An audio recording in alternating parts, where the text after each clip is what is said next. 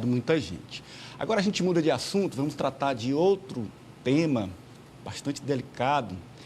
Esse eu diria que é revoltante de forma muito expressiva, porque nós mostramos aqui toda a alegria dos brasileiros que foram resgatados da guerra no Oriente Médio, uma ação do governo que é parâmetro para o mundo. O Brasil foi o primeiro a repatriar os brasileiros. O Brasil montou toda uma logística que garantiu a chegada desses brasileiros aqui. Infelizmente, nomes de outros países estão morrendo nessa guerra. Hoje aconteceu com Portugal e o Brasil conseguiu fazer essa repatriação. A gente mostrou aqui toda a alegria. Só que chegando em solo brasileiro, os refugiados estão sendo ameaçados. É isso, Cíntia? Pois é, Ananias. O Brasil foi tão exemplo que hoje a Espanha conseguiu, pela primeira vez, repatriar 139 cidadãos espanhóis, hispano-palestinos, chegaram em Madrid hoje à tarde, seguindo o exemplo do Brasil. Bom, como você disse, esses repatriados estão enfrentando essa onda de ataques, que o primeiro a receber essa onda de ataques foi o Hassan Rabia, que ele ficou muito conhecido, que ele gravava muitos vídeos, ele tem dupla nacionalidade, brasileiro e palestino também, e ele veio com as filhas, né, a esposa e as filhas, e deixou a mãe e a irmã, que são palestinas, e não podia vir no primeiro momento. E o Hassan, que já tem uma atuação, um ativismo nas redes sociais, está sendo condenado exatamente por isso, porque diante de tudo que ele viu, diante de tudo que ele testemunhou, ele fez várias postagens contra os ataques, contra Israel, porque a gente sabe que tudo que nós estamos vendo no mundo, e somos testemunhas através de vídeos e de fotos, né, do que acontece no Oriente Médio, mas para quem vive na faixa de Gaza, naquela região, em território palestino, não começou no dia 7 de outubro. Tem uma história muito longa e sofrida de ataques. A Palestina já teve um território muito maior, já perdeu grande parte. Quantos episódios já não aconteceram, como a Nakba, que foi um dos casos mais horrorosos de mortes de palestinos.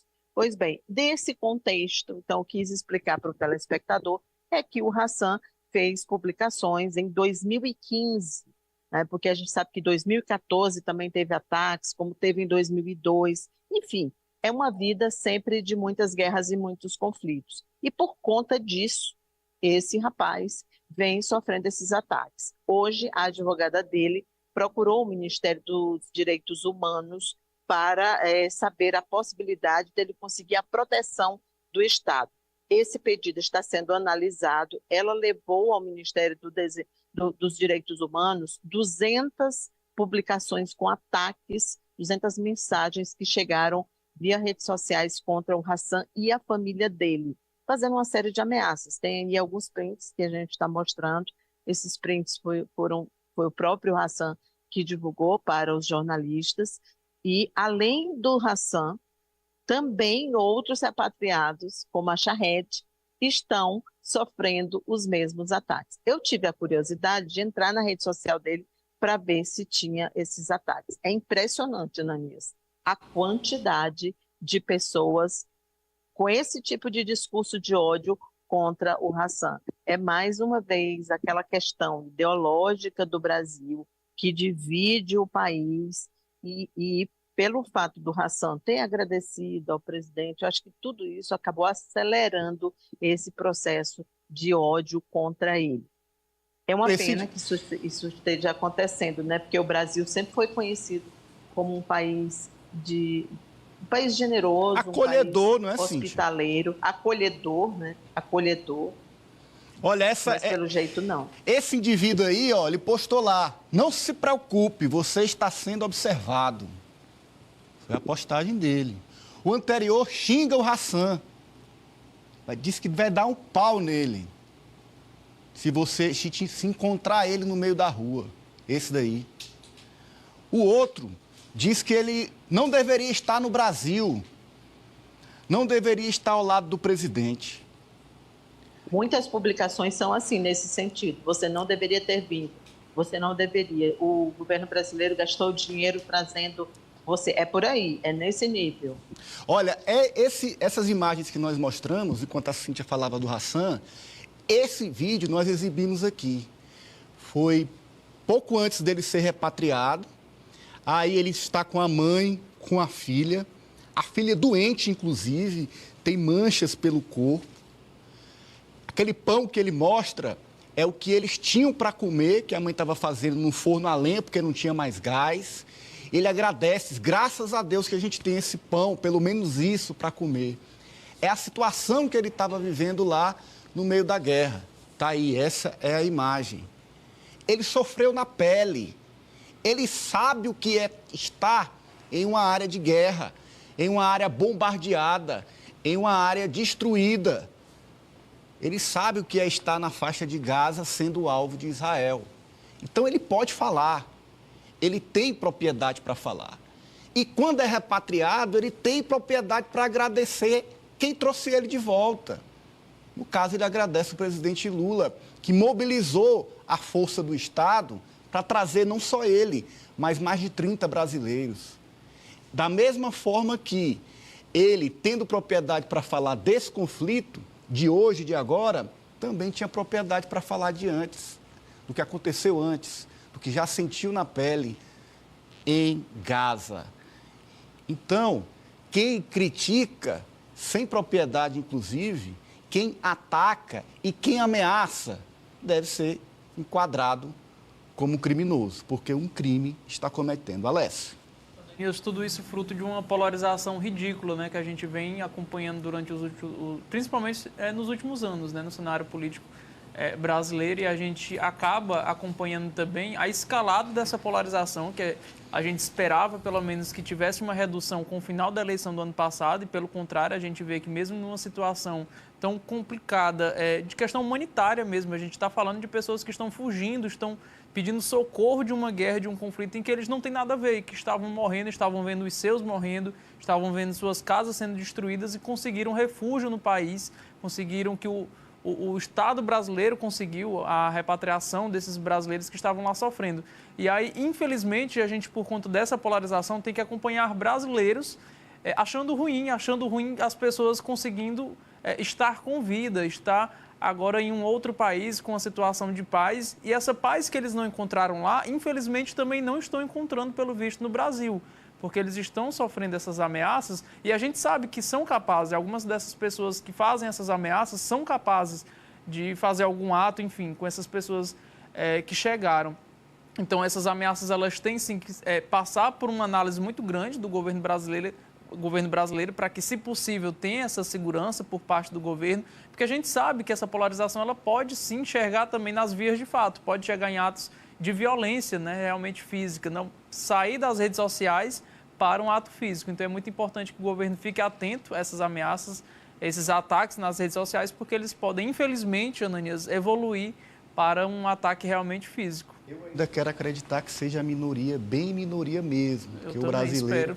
O brasileiro não é assim, pelo contrário, como disse a Cíntia, como destacou, é um povo, sim, acolhedor, e diante de um drama que essas pessoas viveram, precisam, de fato, ser acolhidas. E a Cíntia traz, na sua coluna no meionorte.com, um pedido de ajuda ao presidente Lula. Cíntia. Pois é, só complementando o que o Alessio falou, a importância da imprensa, né? A gente tem vários casos no Brasil, o mais comum daquela escola de base, que inclusive é estudado nos cursos de jornalismo, o quanto uma reportagem pode iniciar um processo de demonização de um cidadão, de uma pessoa que está tentando recuperar a sua vida. É importante a gente fazer essa meia-culpa também.